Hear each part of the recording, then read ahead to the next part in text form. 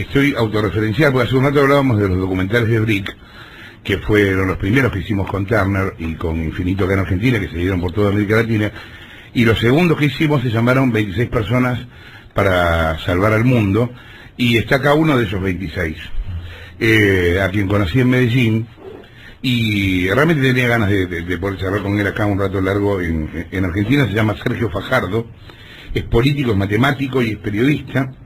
Hoy es gobernador de Antioquia por el Partido Verde y fue alcalde de Medellín entre el 2004 y el 2007.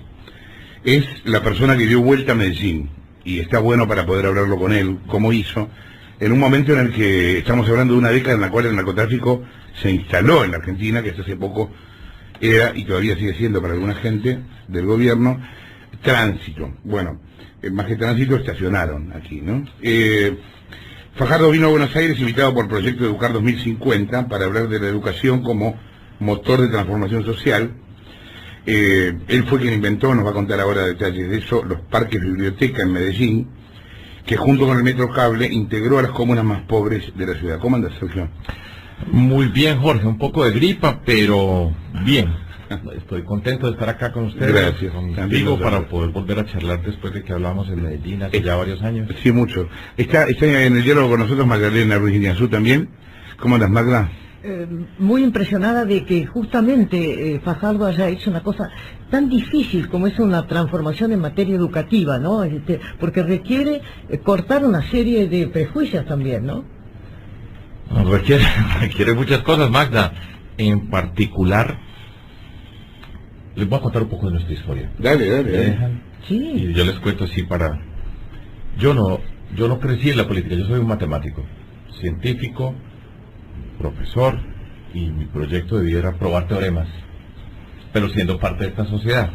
16 años atrás, con un grupo de personas amigas en Medellín, llegamos a una conclusión, que suena a trivialidad, y es: los políticos toman las decisiones más importantes de nuestra sociedad, gústenos a nosotros o no nos guste.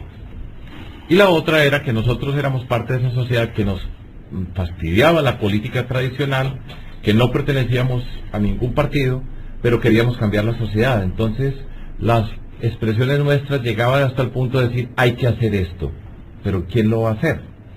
Juntamos esas dos cosas, nos unimos un grupo de personas en Medellín y dijimos: vamos a participar en política, nos organizamos en un movimiento cívico independiente, vamos a llegar al poder y desde el poder vamos a transformar. Entonces, para poder hacer todas estas cosas, tuvimos que tomar esas decisiones y llegar al poder. Entrar a la política, yo nunca en mi vida pensé que yo iba a estar en Buenos Aires, Argentina, hablando de lo que estoy hablando en este momento. Podría haber sido más fácil que viviera como comentarista deportivo, pero... Vos sabés que hay una cosa que yo te pido que cuentes, que yo me acuerdo siempre de cómo vos empezaste, porque tampoco es que te presentaste y ganaste, te presentaste y perdiste. Sí, señor. Y nosotros empezamos en Medellín, y entonces, ¿cómo vamos a llegar a la ciudadanía? Y teníamos un grupo de personas que habíamos estudiado. O sea, nosotros, esto no es improvisado, de queridos, de simpáticos, no. Nosotros hemos estudiado la sociedad, sabemos qué problemas queremos resolver, la conocemos, éramos personas yo vengo del mundo académico, del mundo de la cultura, del mundo del periodismo, algunas personas del mundo empresarial, y nos juntamos para hacer todo esto. Entonces nuestra forma de hacer la política fue: vamos directamente a las personas. ¿Y cómo se hace eso? Pues caminando, por caminar no cobran. Nosotros lo máximo que tomamos agua y café, tinto, como decimos nosotros en Colombia, pero no es vino tinto, sino café. Y establecimos una forma de llegar a cada espacio de la ciudad, físicamente caminando, entregando un volante y conversando con las personas en el territorio. Y de esa forma fuimos integrando un grupo que fue creciendo. El Fajardo se paraba en los semáforos, entregaba volante. Sí, yo nunca en mi vida pensé que yo fuera capaz de hacer eso, de entregar un volante en un semáforo, pero lo hicimos. Nos inventamos una forma de construir unas pasacalles. Por ejemplo, cuando el semáforo se ponía en rojo, extendíamos una valla. Yo personalmente he entregado millones de volantes. A cada persona le decíamos: esta es nuestra propuesta, si te gusta, apóyanos. ¿Y qué decía la gente? ¿Se sorprendía o...? La gente, pues primero se sorprendía. En general la reacción era amable, nosotros éramos únicos en ese momento, y la forma como lo hacíamos, que es la clave, porque a usted le puede decir un asesor político: mire a los ojos, entregue el volante de tal manera, sonríe aquí, abrace aquí, dé un beso allá, todo ese tipo, eso está escrito, seguro que hay, pero nosotros lo hacemos por una convicción muy profunda. Entonces, cuando nosotros entregamos el volante, estamos entregando un pedazo de la vida, esa es mi convicción. y podíamos conversar con las personas, y de esa manera, estoy hablando ya de hace 16 años, nos pusimos la ciudad en la piel, de verla, tocarla, sentirla, caminarla por lugares que yo nunca había caminado, en el corazón, querer profundamente lo que hacemos, y es la razón porque estudiábamos. O sea, nosotros no estábamos para trabajar por la sociedad y teníamos el rigor académico que es fundamental. Y establecimos una relación transparente, de confianza, de ciudadanía. En esa época, fue en el año 2000, yo nunca había sido candidato a nada, y con todo este grupo pues tampoco. Y no ganamos las elecciones, pero quedamos de terceros. Y establecimos un mensaje, una forma de relacionarnos con la ciudadanía. No le pagamos un peso nunca a nadie para que votara por nosotros. A nadie le hemos ofrecido nada distinto de esos principios, esas convicciones y eso que hemos prometido en el sentido de lo que soñamos. Y establecimos una base. Y continuamos. Entonces no ganamos. Yo nunca había sido candidato a nada, ni a la junta directiva del edificio. Y establecimos esa relación y construimos la confianza con la ciudadanía. Ya para la siguiente elección, barrimos en términos electorales, siguiendo por exactamente el mismo camino, el mismo tipo de campaña. ¿Por cuánto ganaron? Ganamos por más de 100.000 votos al segundo, allá en Medellín, con la votación más alta en la historia. Y yo quiero insistir y reiterar en algo que tiene que ver con las discusiones nuestras en América Latina. Yo digo, de la forma como se llega al poder, así se gobierna. El que paga para llegar, llega a robar. Y nosotros ni pagamos ni compramos, sino que fuimos construyendo. Con la sola actividad política ya estamos haciendo una transformación de la ciudadanía. La política es una profunda herramienta de transformación cultural, y nosotros la hicimos de esa manera. Entonces llegamos al poder, enfrentados a las maquinarias poderosas, sin pagarle a nadie y con la libertad de una cantidad de apoyo ciudadano. Entonces, en ese momento pues no habíamos hecho nada, en el sentido, yo no podía decir, mire lo que yo hice. No, era un profesor, con otras personas capaces, honestas, con conocimiento, con sensibilidad y convicción, y nos atrevimos, y enfrentamos, e hicimos. Entonces nosotros le dimos un sentido a las palabras, a las expresiones, a la política, a lo público. Yo me siento muy orgulloso, y por supuesto asociamos y entendimos muchas cosas de Medellín que las sabíamos. Por ejemplo, el poder de los violentos, ¿cuál es? Es el miedo. Ese es el poder que tiene un violento en cualquier lado, es el miedo. El miedo fragmenta. Cada quien le van reduciendo y le van quitando la capacidad de soñar y de pensar que puede ser diferente. Lo mismo que la corrupción y la ilegalidad. En el fondo terminan despojando a las personas de su dignidad. Nosotros sabíamos que teníamos que encontrar los nuevos espacios públicos para encontrarnos en Medellín, donde el narcotráfico pues tenía una presencia, la violencia ocupó espacios muy grandes. ¿Te acordás en ese momento cuando asumís qué cantidad de muertes por año había en Medellín? Por 100.000 habitantes. Estábamos cerca de los 80, 90. Pero Medellín tuvo momentos, a comienzos de los 90, de tener cerca de 300 muertos por cada 100.000 habitantes. Eso es una barbaridad. Sí, sí. Pero Colombia en general, Medellín en particular, ha mejorado sensiblemente en el tema de los homicidios, y ha sido un avance costoso, doloroso, con lo que nosotros hemos enfrentado, pero hemos avanzado. Entonces, en el momento en que llegamos nosotros a Medellín, pues nuestro mensaje siempre ha sido de relación directa con las personas, de construir, de relacionarnos desde la dignidad de las personas, y llegamos y de esa manera gobernamos. Entonces sabíamos que teníamos que encontrar, retomo, los espacios públicos para encontrarnos, porque el miedo a cada quien lo encierra en su casa, lo fragmenta y lo somete. Nos teníamos que volver a encontrar un nuevo espacio público. Y decimos, pues lo más bello para los más humildes, le vamos a cambiar la piel a la ciudad. Donde está la destrucción, vamos a llegar con otros espacios. Es importante eso que decís, pongamos lo más lindo en los lugares más feos. Porque en general en los lugares más feos hay cosas feas. En general, ya que el Estado llega ahí, pongamos cosas lindas ahí. Exactamente, y eso se llama dignidad. Hay gente que dice, no, pero eso es cemento. Le dije, no, esa idea de que porque son humildes cualquier cosa es ganancia, la rompemos nosotros, y entonces entra la arquitectura como parte de la transformación social, no como proyecto estético, sino de proyecto de dignidad política, y empezamos a construir los nuevos espacios. Pero ¿cuáles espacios estamos construyendo? El espacio, los parques biblioteca, hoy en Antioquia son los parques educativos, son sitios para encontrarse de una manera diferente, no son bibliotecas en el sentido tradicional, sino sitios de encuentro comunitarios, pero allá está el auditorio, está la educación inicial, está todo para el emprendimiento, puede llegar... Hay bancos para emprendedores chicos, ¿no? Y se acerca, entonces, ahí está el centro de emprendimiento social, en la zona, en los barrios más humildes, está la mejora de las escuelas, está el proyecto de becas para la educación superior, está el presupuesto participativo, y entonces nosotros empezamos a llegar a ocupar los espacios y a conectar pedazos que nunca se podían conectar, porque la violencia, repito, fragmenta y encierra. Entonces vamos conectando, vamos pegando, y vamos llegando con toda una forma distinta de relacionarnos. Éramos los mismos que habíamos caminado por allá tantas veces y ahora estábamos caminando. ¿Cuántos parques y bibliotecas hicieron en Medellín en tu gestión? Cuando yo estaba de alcalde eran 5, en 5 sitios claramente señalados de la ciudad por lo que significaban. Hicimos el Parque de la Ciencia en la ciudad, que es un punto de encuentro, los jardines botánicos, los centros de cultura, pero todo eso iba asociado con lo que nosotros éramos como personas. Porque uno puede hacer un parque, cualquiera puede hacer un parque, si tiene recursos. Hay un buen arquitecto, hace un parque. Cuide que no se roben la plata, pero si no se la roban y tienen los recursos, lo puede hacer. Pero todo esto significaba que nosotros estábamos luchando contra la violencia, que íbamos a cambiar la piel de la ciudad, que íbamos a encontrarnos de una manera, que estábamos relacionándonos de una forma distinta. Entonces todo era un paquete de acciones, y entonces la expresión física era la expresión de los símbolos de lo que nosotros somos capaces, de dignidad, de capacidad, de educación, de transformación, de transparencia. Entonces ahí es donde está la fuerza del impacto. ¿Y cuándo notaste que eso empezó a cambiar la ciudad y de qué manera? Eso es mágico. Y yo todavía no me dejo de sorprender. Ahora como gobernador de Antioquia estamos haciendo 80 parques educativos, pero ahora Antioquia tiene 125 municipios por concurso. ¿Cómo participa la comunidad? Es el lugar donde está el emprendimiento, es donde está la tecnología, donde están las maestras y maestros en los pueblos. Y uno empieza a ver cómo cambian la mirada de las personas, la forma como se empieza a conversar, porque es que este poder de la ilegalidad, de la violencia, somete, le quita el espíritu a la gente. Nosotros en Colombia es un pueblo alegre.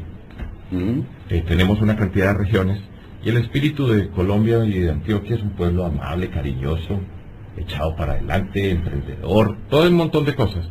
Pero estaba sometido, apagado, y la gente empieza a reconocerse, empieza a salir de otra manera, empieza a hablar de otra manera, y uno va viendo cómo pues van disminuyendo los homicidios. Yo no puedo decir que esto sea directo con los homicidios, porque está la acción de la policía, eso es simultáneo, eso pues, pero uno va viendo cómo la gente va pegando diferentes piezas y de repente recupera la esperanza. Pues se puede, como que a mí me pasó, porque no es un sueño postergado, las cosas físicamente aparecen, empiezan a aparecer y se pueden ver y tocar, y de repente un lugar, pongo una anécdota que es ilustrativa, y el Parque Biblioteca España lo inauguramos y fue el rey de España. Nada que ver con que yo sea monárquico, no, eso no es el tema, pero fue el rey de España, en su momento Juan Carlos, que era un símbolo de España, que siempre tenía una buena actitud, de hecho con América Latina, era una persona amable, ya estuvimos. Y fue con el presidente de la República, en ese momento era Álvaro Uribe, el presidente, fueron allá y fuimos a inaugurar el Parque Biblioteca en un sitio donde jamás hubiera ido, pues ni el rey, y prácticamente nadie que llegara a Medellín iba a ir allá. Ahora todo el mundo va allá a ver este tipo de cosas. Y lo que significó para esa comunidad, que la primera vez que el rey de España entraba a Colombia, porque siempre iban a Cartagena, y llegaba a Medellín, y no se iba a una finca, estancia, le dicen ustedes, afuera, sino al barrio más humilde, donde construimos este parque, biblioteca lindísimo, todas estas cosas, y participa allá, ser un sentido y decir, mire que nosotros somos capaces de hacer cosas extraordinarias. Y así, nosotros fuimos recuperando la esperanza de la comunidad, y lo van viendo, y va a ser parte del programa entonces de becas para la educación superior, y vamos mezclando una cantidad de cosas, y lo hicimos. Pero, por ejemplo, Fajardo, bueno, usted que es matemático, ¿no es cierto? En la reforma educativa, el tema números, el tema científico, ¿fue una de las cosas más arduas para cambiar? Y está cambiando y todavía falta mucho por recorrer. Por ejemplo, yo digo, nuestra expresión era Medellín la más educada, hoy es Antioquia la más educada. Antioquia ni es la más educada, ni Medellín es la más educada, pero una aspiración. Cuando yo voy caminando por ahí me dicen, Antioquia la más educada, y ya estábamos hablando de otro tema. Ya la gente está hablando, está incorporando la palabra educación, además de educación, entendida como tú dices, educación, ciencia, tecnología, innovación, emprendimiento y cultura, donde la gente desarrolla sus capacidades. Porque cuando a uno le despojan la dignidad y le quitan la capacidad de pensarse, entonces está sometido la limosna, o el favor, o el miedo. Y nosotros estamos hablando a la gente, nosotros somos capaces de transformarnos. Entonces empezamos a hacer una transformación. Nos toca cosas tan elementales como esta, estudiar vale la pena. Dicen, bueno, pero pues qué genios estos, pues venir hasta Buenos Aires a decirnos que estudiar vale la pena. Pero es que el sentido de nuestras comunidades, en muchas partes, la deserción escolar antes de terminar el bachillerato. Para muchas personas la educación pierde sentido, no es un vehículo la crisis económica, etcétera. Es que todo si eso gente, se pierde. Si la gente hoy te dice, en base a su propia experiencia, estudiar no vale la pena, tienen razón de mucha manera. Lo que pasa es que en el fondo sí lo vale, pero si la gente se juzga por su experiencia propia, hoy mucha gente que no ha estudiado nada gana miles de millones y otros no ganan nada y han estudiado, y hay universitarios que hacen reparto de panadería y otros que tienen taxis, digamos. Tiene que ver con una crisis de valores en general. Ustedes lo que están rescatando me parece es eso, ¿no? El sentido es, en nosotros, a mí me gusta explicarlo de esta manera, a ver si soy capaz acá con ustedes. Nosotros vivimos, nuestros 3 temas son las desigualdades sociales entre personas y entre territorios. La violencia, la cultura y la ilegalidad que tiene la corrupción como capítulo estelar. Una imagen que a mí me gusta poner. Para muchas personas en Colombia, Colombia es profundamente desigual. Profundamente. América Latina es desigual y Colombia está a la cabeza. No quisiéramos estar a la cabeza, pero así es. Para muchas personas se sientan en una esquina y miran al frente y lo que ven es un muro muy alto y sellado, infranqueable. Es el muro de la desigualdad. Saben que hay detrás del muro, pero mirando al frente dicen, ¿yo cómo hago para pasarme por este muro? Al lado de ese muro hay una puerta muy grande, y es la puerta del mundo de la ilegalidad. El narcotráfico abrió esa puerta en unas dimensiones colosales. En todas partes hay puertas. En Suiza hay una puerta, pero es pequeñita. La nuestra es gigantesca porque el narcotráfico dijo, pues mire, sabe que entre por acá y usted no tiene que escalar ese muro, que no tiene ni idea cómo lo va a escalar, sino que entra por acá y ya de una vez llega el muro. Y tiene unas riquezas y una cantidad de cosas. La ilegalidad. Entonces nuestro reto político es, ¿y cómo hacemos entonces? ¿Cómo cerramos la puerta de la ilegalidad? Y para cerrar la puerta de la ilegalidad hay que romper el muro y hay que abrir puertas sobre ese muro sellado. Son las puertas de las oportunidades. Y donde esté mirando, para poder, cuando usted empiece a abrir puertas distintas a la ilegalidad, aparece la esperanza. La gente no tiene que sentirlo inmediatamente, la gente tiene que decir, hay una puerta para mí. Cuando empieza a ver que hay una puerta para cada persona, dice, yo puedo pasar por allá. Y la gente es capaz de transitar, pero usted tiene que crear las condiciones. Y el punto de partida para poder ese tránsito es la educación. Si no va con una educación de calidad, para ser parte del mundo, pues no va a llegar a ninguna parte. Entonces, tenemos que decirle a la gente, estudiar vale la pena. Podemos ir transformándonos alrededor de la educación, cómo se abren las puertas. Y así vamos quitando de encima todo el poder de los violentos y los ilegales que Pero, se por meten. ejemplo, ¿qué porcentaje tienen ustedes de lo que llamamos ni? Es decir, chicos que ni estudian ni trabajan, o sea, que están en la calle. En este momento, estoy hablando de... En Colombia tenemos hoy un desempleo, porque estas son cifras que maneja el país asociado con el desempleo, de cerca del 10%, el bajo comparado con muchas épocas. Y dentro del desempleo, el desempleo de jóvenes, que ni estudian ni trabajan, y es un joven a la edad de 18 años debería estar estudiando en alguna parte, hay excepciones. Ese desempleo joven es mucho más alto, es cerca del 50%. Nosotros vamos recorriendo caminos. Por ejemplo, lo que nos pasaba en Medellín y pasa hoy en Antioquia. Muchos jóvenes se retiran antes de terminar el bachillerato, 2 años antes. Pues, ¿y yo para qué? ¿Yo para qué estudio? O porque no veo oportunidades, o porque puede pensar, mire, pues estos hacen esto y de una vez por esa puerta... Aquí la deserción del bachillerato es 50%. Eso es una fatalidad, porque el que no termine bachillerato es como si está firmando una carta por el... Dice, firmo que seré pobre por el resto de mis días. Pero entonces, ¿cómo hacemos que la gente se quede? No estoy hablando todavía de que mejoren en matemáticas, razonamiento lógico, sino que no se retire. Entonces nosotros creamos las condiciones. Por ejemplo, en Colombia, cada lugar tiene su contexto y sus acciones.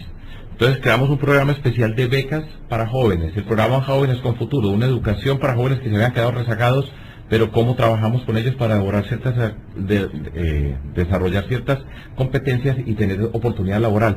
Y entonces la gente empieza a pensar, dice, yo puedo hacerlo, yo puedo seguir en esto. Cuando se logra eso, cuando desde la familia empiezan a decir, hijo mío, tú puedes estudiar, mira que hay becas, que puede sonar trivial en una parte, pero para nosotros es extraordinario. Entonces de esa manera la gente empieza a no retirarse del colegio. Por ejemplo, pongo un ejemplo de Medellín hoy y de Antioquia. Cuando nosotros entramos en Medellín, la deserción escolar era cerca del 50%. como está señalando. En ese nivel. En ese nivel. Antes de terminar el bachillerato, ni siquiera pues como le fue las pruebas PISA, no, sino usted salía. Y después, hoy, ya, la deserción escolar era el 50% y hoy es el 15%. Eso es muy impresionante, porque cada joven que se retira queda en una esquina y queda mirando para el muro. Claro. No, las personas por el hecho de ser pobres no significa que son delincuentes, ni más faltaba, pero cuando aparecen las oportunidades, si van apareciendo de una manera y no encuentran hueco o puerta para entrar por el muro, pues esta puerta se hace más grande, y usted se sienta todos los días y va mirando para allá, cada día la ve más grande. Entonces fuimos creando todas esas condiciones, y cuando la gente empieza a ver que hay una oportunidad para mí, la gente se transforma. La gente no tiene que responder a estímulos negativos, pero tiene que verlo, tiene que sentirlo, tiene que creerlo, y empieza a hacer ese recorrido. Entonces vamos haciendo intervenciones de toda forma, al mismo tiempo arreglamos las escuelas, las hacemos las más bellas. Si yo quiero que la educación sea el motor de la transformación, pues el lugar más especial de nosotros tiene que ser la escuela, y tiene que ser la más linda del planeta. Dame un segundo, voy al informativo y seguimos. Claro. Estamos charlando con Sergio Fajardo, es político, matemático, periodista colombiano, es actualmente gobernador de Antioquia por el Partido Verde y fue alcalde de Medellín entre el 2004 y el 2007. Y yo, si tengo que agregar algo, es uno de los políticos más interesantes que yo conozco en América Latina. En un minuto venimos. Son las 12:34, estamos charlando un rato con Sergio Fajardo, colombiano, político, actualmente gobernador de Antioquia por el Partido Verde y ex alcalde de Medellín entre el 2004 y el 2007. Hablábamos de cómo su gestión y las posteriores cambiaron Medellín. Vos sos de Medellín, ¿no? Claro, soy de Medellín. ¿Sabes qué me interesaba que contaras, si se puede, si recordás cómo fue? ¿Cómo se fue instalando el narcotráfico en Medellín? Porque tengo la sensación de que la instalación del narcotráfico nunca es de golpe, nunca llega y se instala, sino que es gradual y la gente se va acostumbrando a convivir con eso. Yo soy de Medellín, pero esto es por fortuna. A mí no me tocó vivir en Medellín la forma como llegó el narcotráfico, porque yo terminé el colegio, me fui a estudiar a Bogotá y después me fui a hacer un doctorado. Entonces a mí no me tocó vivir lo que muchas personas vivieron, que fue verlo. Yo no lo vi. ¿Y qué te contaron? Pues era la sensación creciente de cómo se iban ocupando los espacios, iban apareciendo unas personas que traen una riqueza monumental, espontánea, que empiezan a comprar de todo y se va asociando. Al principio de una sociedad que reacciona como pasa siempre con la magia, ¿cierto? Porque además a los narcotraficantes les decían los mágicos, porque parecía magia, y gente que colaboraba dentro de todas esas cosas, y va apareciendo la violencia, que siempre es consustancial a ese mundo criminal ilícito. Hay una imagen inicial, pero después empieza a aparecer la violencia y empieza a aparecer la muerte por la ciudad. Entonces empieza a aparecer el miedo y cada quien empieza a tener una historia de alguien que... Tengo la sensación de que la gente al comienzo por lo menos mira para otro lado, porque todos saben que tal edificio que están construyendo es lavado de dinero, todos saben que tal cosa tiene que ver con eso. Eso es parte de la cosa. Y a nadie le preocupa, o parece preocuparle, ¿no? Eso es cierto, y nunca nadie prevé las cosas o alcanza a mirar la dimensión de lo que está ocurriendo, y miran para otro lado o se benefician directamente de algo mágico. De repente es como si estuviera cayendo plata del cielo, pero esa ilusión es breve y después pues lo que nosotros hemos vivido. Medellín, nosotros en Antioquia somos muy orgullosos de ser antioqueños, y un reconocimiento, un sentido de pertenencia, todo ese tipo de cosas. Pero lo que tengo un par de preguntas muy básicas sobre Antioquia. Adelante. ¿De dónde está Antioquia? Antioquia está... Te pido disculpas por mi brutalidad, pero... No hay problema, yo siempre lo explico. Mire, recuerden que Colombia está en Sudamérica, el sitio que empata con Centroamérica en Panamá es Colombia. Y en esa parte donde Colombia empata con Panamá, ahí al lado está Antioquia. Antioquia es un departamento grande, es el departamento más poblado de Colombia, somos cerca de 6,5 millones de habitantes. 64.000 kilómetros cuadrados. Antioquia es más grande que Panamá, que Costa Rica, que Nicaragua, que El Salvador, para hablar de países. Y en población, pues tenemos 2 veces a Uruguay, Finlandia, Dinamarca. ¿Qué produce Antioquia? Antioquia produce café, por eso nosotros nos han dicho muchas veces los cafeteros, aquí se referían a nosotros como los cafeteros, el café, porque tenemos unas montañas muy grandes, que es la cordillera de los Andes, se muere, una buena parte se muere en Antioquia. Producimos café en el sentido de lo que ocurre en nuestro territorio, la generación de energía, tenemos las montañas, tenemos los ríos y generamos energía a través de hidroeléctricas, pero al mismo tiempo Medellín y su área metropolitana, que es la capital de Antioquia, es la capital industrial de Colombia, ya es donde están las empresas más grandes industriales del país, se desarrollaron en Antioquia, en Medellín. Entonces es una mezcla de territorios, de ríos, de montañas, y también tenemos costas sobre el Mar Caribe y cerca de Panamá. Entonces, Antioquia es un departamento montañero, en su esencia, el corazón está en Medellín, pero tiene todos los climas posibles hasta llegar hasta el mar. Allá queda Antioquia, cerca de Panamá, conectando Sudamérica con Centroamérica. Ahí pegadito estamos nosotros, en la parte norte. En la organización política, Colombia está dividido en provincias, en regiones. Departamentos. El equivalente de provincias. De provincias tenemos 32, la capital de Colombia. O sea que vos gobernás la provincia más importante de Colombia, el departamento más importante de Colombia. Sí. Medellín es la segunda ciudad de Colombia y Antioquia. ¿Cuándo vas a ser presidente? ¿Presidente de qué? No, yo sé que esa es una pregunta y sé que es una posibilidad política después de todo lo que hemos recorrido, de la experiencia anterior con Antanas Mockus dentro de lo que se llamó la Ola Verde, todo este tipo de cosas. Son 16 años, Jorge, que entramos a un mundo que yo nunca imaginé que iba a entrar. Sí, sí. Y ahora, pues le cuento algo que voy a hacer, voy a escribir un libro sobre todas estas experiencias. Qué bueno. Es algo que yo me he soñado. Pero tenemos, yo sé que hay un reconocimiento, sé lo que significamos, pero nos tenemos que encontrar muchas personas. Esto no puede ser un proyecto individual. Por supuesto, las personas como individuos valemos y somos cruciales dentro de todo esto, pero tenemos que ser capaces de juntarnos, porque además Colombia entra a una página que nosotros no sabemos qué viene, y es en el proceso de paz. Si Colombia, nosotros y yo en particular apoyo el proceso de paz, nosotros tenemos que pasar esa página de la violencia, con todas las dificultades, con todo lo que hemos aprendido a sobrevivir y dejarla de lado, pero tenemos que pasarla. Pero ¿qué significa vivir en una Colombia donde las guerrillas, por ejemplo, entran en un proceso de paz?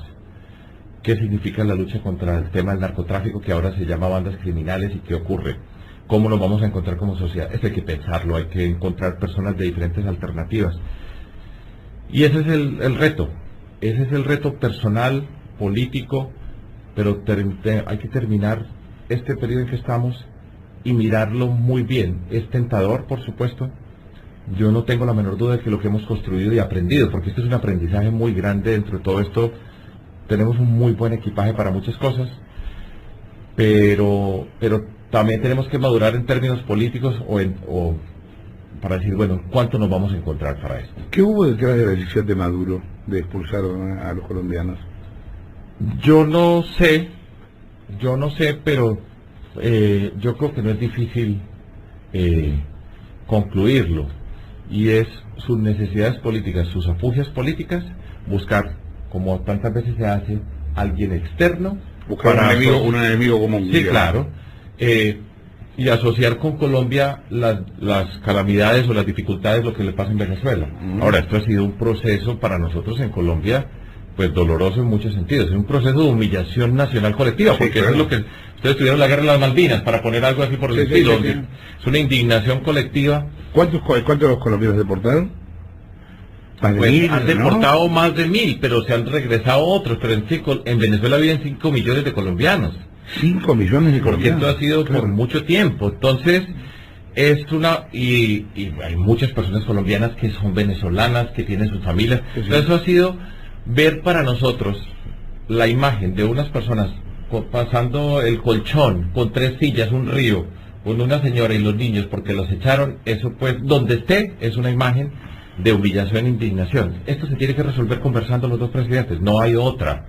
Y ya llegaremos. Ahora es una lección muy dolorosa y ha sido, pues, sí, dolorosa es la expresión para nosotros en Colombia, pero yo creo que Maduro con eso no gana nada. No gana nada, suscita cierta pasión, seguro que hay que hacer arreglos en los términos fronterizos, etcétera, pero lo que dio fue una lección de indignidad monumental, que yo creo que los réditos políticos que esperarán algunos no se le van a dar. ¿Qué nos separa a ustedes en el Partido Verde de los populismo latinoamericano? Bueno, lo que pasa primero es que me separa a mí el Partido Verde dentro de todas estas cosas, porque nosotros, hablo desde el caso nuestro, para no hablar por más personas, porque nosotros arrancamos como un movimiento cívico independiente.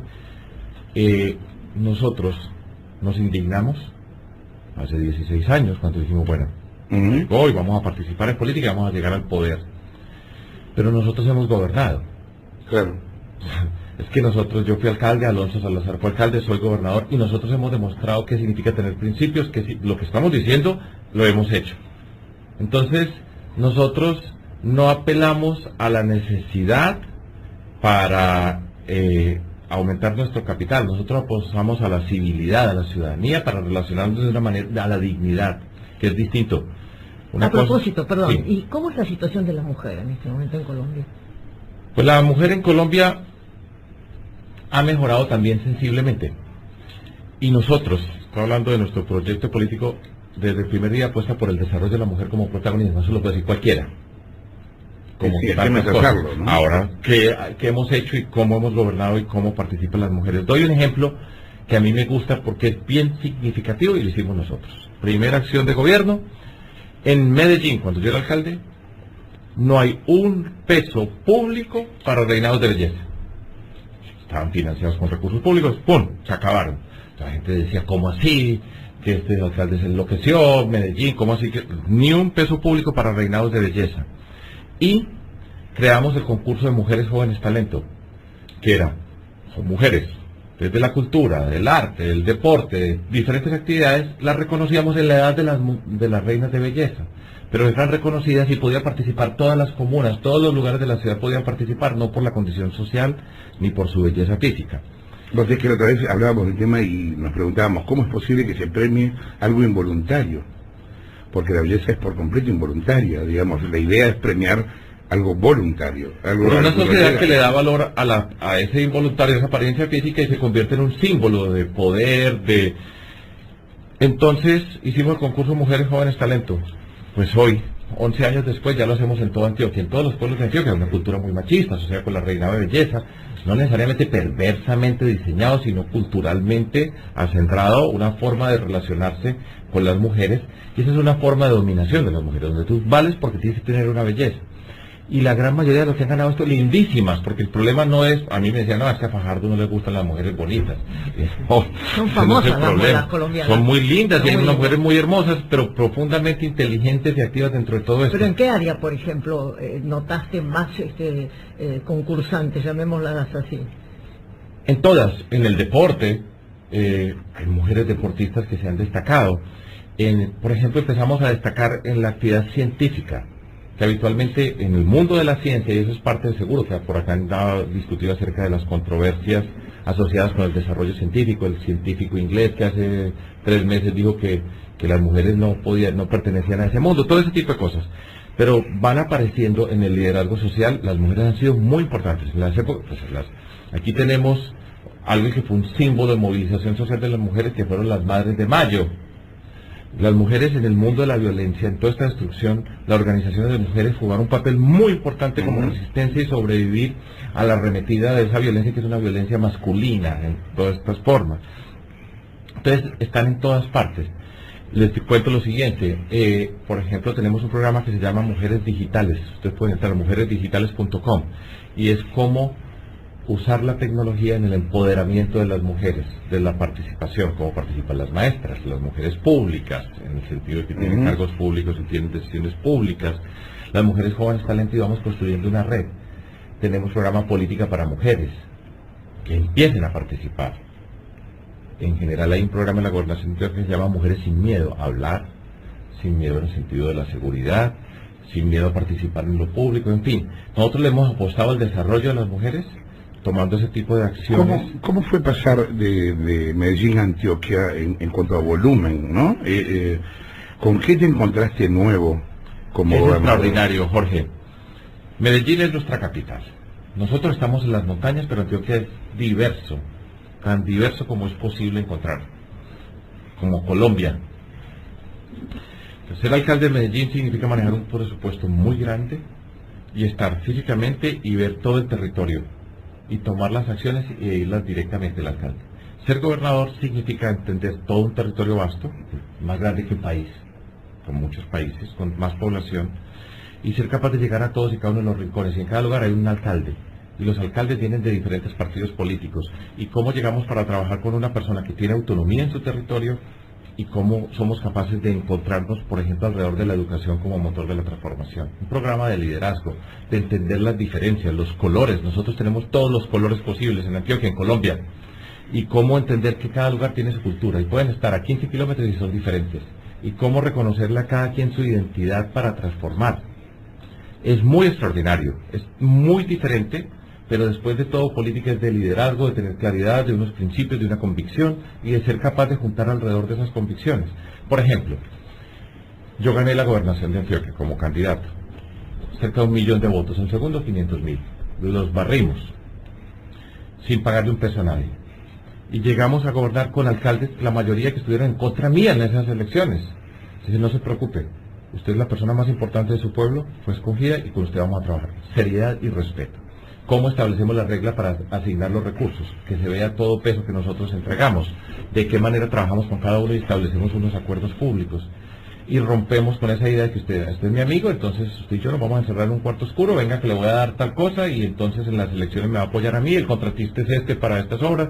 Rompemos con todo eso y establecemos una relación de respeto distinta.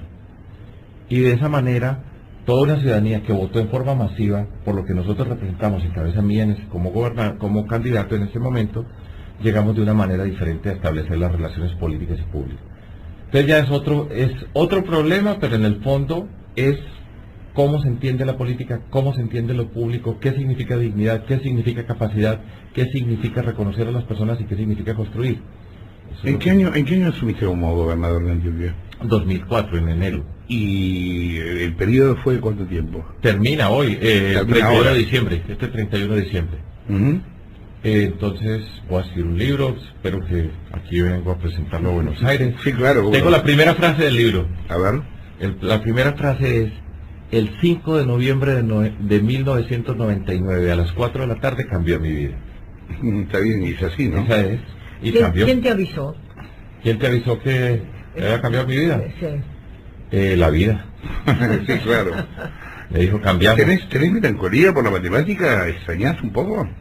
No, yo adoro las matemáticas, pero en el fondo yo sigo siendo un matemático, yo estoy explicando permanentemente, mi forma de entender el mundo, hablo en términos personales, que se traduce a la política, es cuáles son los temas, cuáles son los problemas, qué significa ser coherente, qué significa ser consistente, que es la lógica. Seguir razonando de la matemática. Exacto, mi razonamiento es un razonamiento matemático. Y el espíritu también, y eso marca una diferencia en la política, no quiere decir que me haga mejor o peor. Pero cuando yo decidí estudiar matemáticas, era un idealista, ser un profesor, ser un científico, claro, probar teoremas, y llegar a la política y entender la relación con el poder desde la misma perspectiva. A mí me dice, usted es un idealista soñador, y dije, no tenga la menor duda. ¿Cuántos años llevas de política, Sergio? 16 formales. ¿Qué aprendiste?